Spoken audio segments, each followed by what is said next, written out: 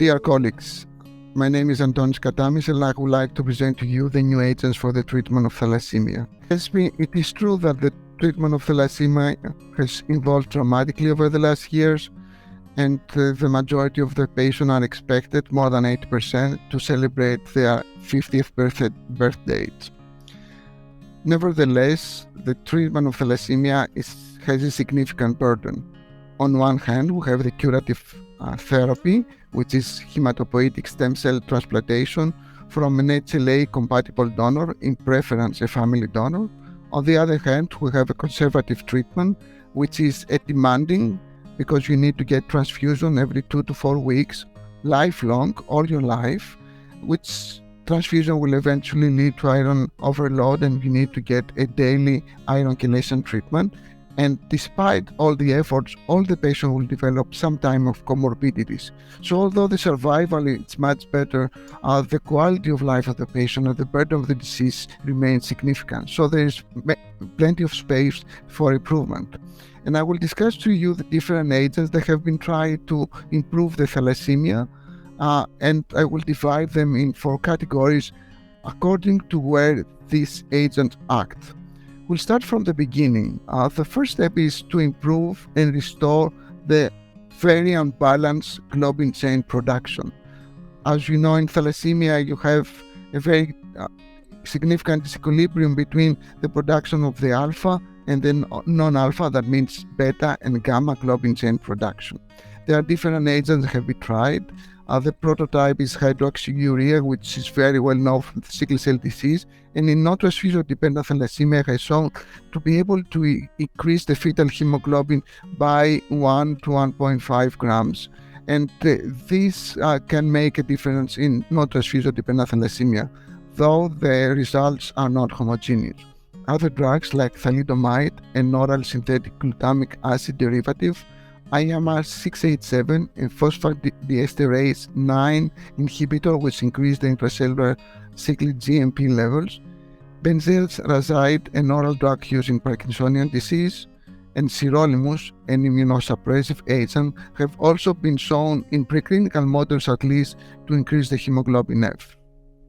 And then we move to the big category of the curative therapies. And as we discussed, hematopoietic stem cell transplantation from an HLA-compatible donor, either being a family donor or an unrelated donor, is a well-established curative method for thalassemia. Haploidentical donors also have been used, but this is still related with significant toxicity and decreased survival and over long therapeutic efficacy. Those should be done under a clinical trial setting and in institutions that have the experience of using haploidentical donors. On the other hand, we have the gene therapy, and as you can see, both the gene therapy and the hematopoietic stem cell transplantation follow a fairly similar stepwise process. For the gene therapy, which is either gene addition or gene editing, we collect at the first step, we collect autologous hematopoietic stem cell. Then we transfer them to the lab where the cells are manipulated, and then the manipulated cells are reinfused back to the patient, who in the meantime can undergo a myeloablative therapy. Now, there is 2 types of gene therapy. Either is the gene addition, when we introduce a gene, and we introduce a gene construct which includes the gene that we want for thalassemia is the beta globin gene, along with the element necessary for its expression, the locus control regions. This is introduced by a vector. The more advanced results have been shown with the lentiviral vector, and these are with the Betty cell, or the otherwise known Betty-Beclo-gene or totem cell. Recently, the long-term effect has been announced, and it showed that more than 80% of the patients who have a non-beta 0 genotype were able to become transfusion independent. And this effect seems to be long-lasting with minimal toxicity. The procedure was also used for adolescent patients and for pediatric patients, and these results have been shown, and they are very comparable with the adult results. This is a very potent therapy and a very promising therapy. On the other hand, the gene editing techniques we affect the production or the expression of one of the genes. So far, the focus has been the BCL11A, which is the main silencer of the gamma globin gene in the postnatal period. Its disruption will lead to the reactivation of the gamma globin gene. Advanced studies of the cellular product CTX001, consisting of autologous CD34 hematopoietic stem cell modified by the CRISPR-Cas9 nuclease mediated method, have been shown and have been presented today, this year at the EHA late breaking abstract. In this abstract, 42 of the 44 patients became transfusion independent, while 2 of the 44 patients that did not become transfusion dependent showed a significant decrease of the transfusion burden, and this has been for a follow-up for up to more than 3 years, with a mean follow-up of 12.3 months. These initial studies have established the proof of concept of this potent therapeutic approach. Different other gene therapies are employing different other editing techniques, like the base editing, which modifies the beta-globin gene, and are expected to enter clinical trial settings soon. Both the gene addition and the gene editing have the potential to achieve transfusion independence, but there are some problems. Manipulation and expansion of the hematopoietic stem cell is still cumbersome and needs to be done only in specialized centers. There is the need of the preparative myeloablative regimen, which is associated with significant toxicities and long-term adverse event, and the long-term efficacy, both in regards to the hematological values, the transfusion requirements, the residual ineffective erythropoiesis, the clinical complication, especially the oncogenesis, and the long-term safety, it's still to be proven. Now we move to the next category of drugs that affect a second step of the pathogenesis of thalassemia, which is the ineffective erythropoiesis. We do know that there is a significant disruption of the differentiation process, which leads to expansion of the erythroblastic mass, significant decrease of the late-stage differentiation of the red blood cell precursors, intramedullary apoptosis, along with extramedullary hemolysis. All these are driven by an overflow of different cytokines like erythropoietin and transforming growth factor beta ligands. In order to induce a more efficacious differentiation process of the erythroid precursors, different agents have been tried. The first-class agents that act in this stage of ineffective erythropoiesis are recombinant fusion proteins that act as ligand traps, which prevent binding of some TGF-beta ligands like GDF11, GDF8, PMT10, and activin B to the activin receptor 2B. In the pivotal trial of BELIEVE, 21.4% of the patients treated with luspatercept compared to 4.5% treated with placebo were able to achieve a more than 33% reduction of their transfusion burden.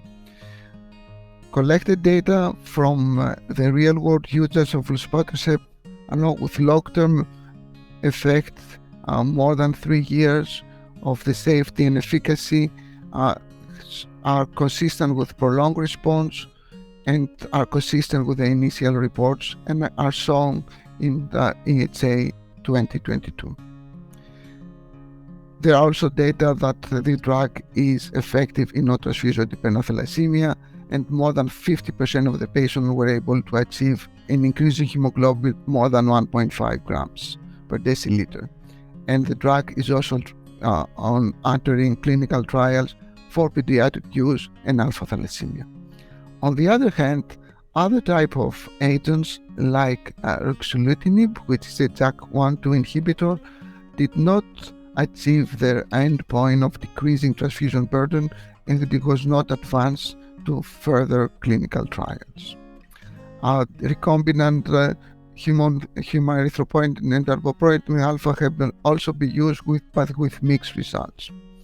The third stage of the pathogenesis of the thalassemia, which different agents have been attempted, is trying to restore the iron homeostasis, which is very dysregulated in thalassemia, as hepcidin is inappropriately suppressed compared to the iron overload, and thus there is a continuous release of iron from the reticuloendothelial system and a continuous absorption of iron from the GI tract despite the high iron levels.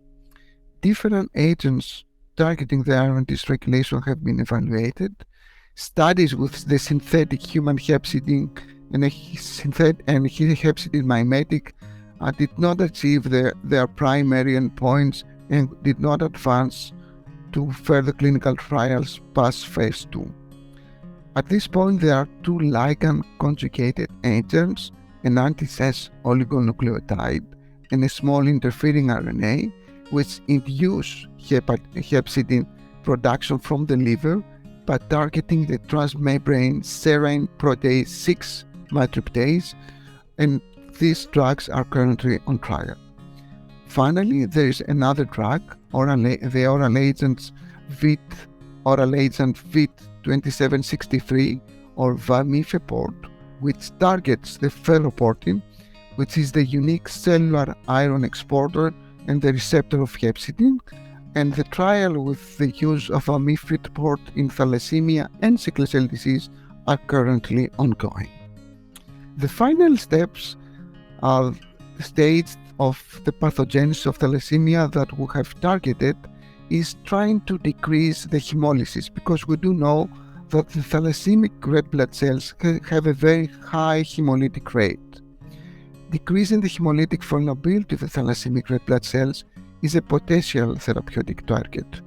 Mitapivat, which is an allosteric activator of the pyruvate kinase and which has been marketed for pyruvate kinase deficiency, has been shown to increase the activity of pyruvate kinase, increase the intracellular ATP levels, and thus improving both the ineffective erythropoiesis and the red blood cell survival by decreasing hemolysis, at least in preclinical thalassemic models.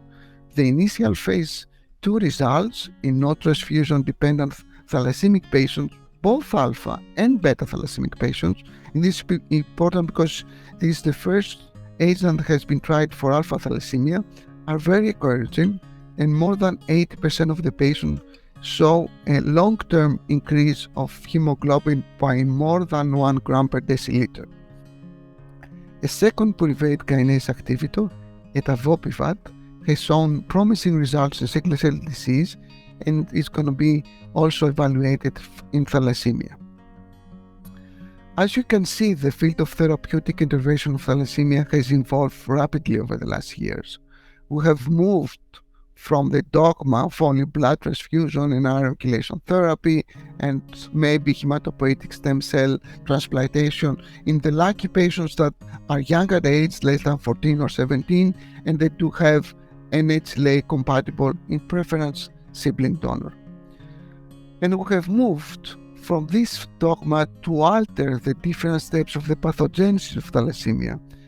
And these agents can be introduced either as monotherapy or combination therapy. And this is very important to know, because even though as a monotherapy an agent may not show very significant improvement, if we use a combination treatment, then we might have a much more potent efficacy and achieve the optimal goal of improving quality of life, decreasing transfusion burden, etc. So this is our goal, to decrease the burden of the disease, to improve the quality of life. But there is also a very big concern, because the cost of this drug seems to be very high, and we would like to see these new agents to be able to be introduced in the therapeutic algorithms and benefit the majority of the patients, as many patients as possible. the recent experience of the market withdrawals from the European Union of Beticel, the gene therapy products, the betibeglogene autotemcel, which initially got a provisionally marketing authorization for European Union, but because of the very high cost, the system could not absorb the cost, and the company had to withdraw that from the market, gave us a sign that we need to have a cost-controlling approach. We need to make these new agents more affordable. Definitely a strong collaboration of scientists, pharma, patients association, and societies is necessary. The future of the treatment of thalassemia definitely looks brighter. Thank you for your attention.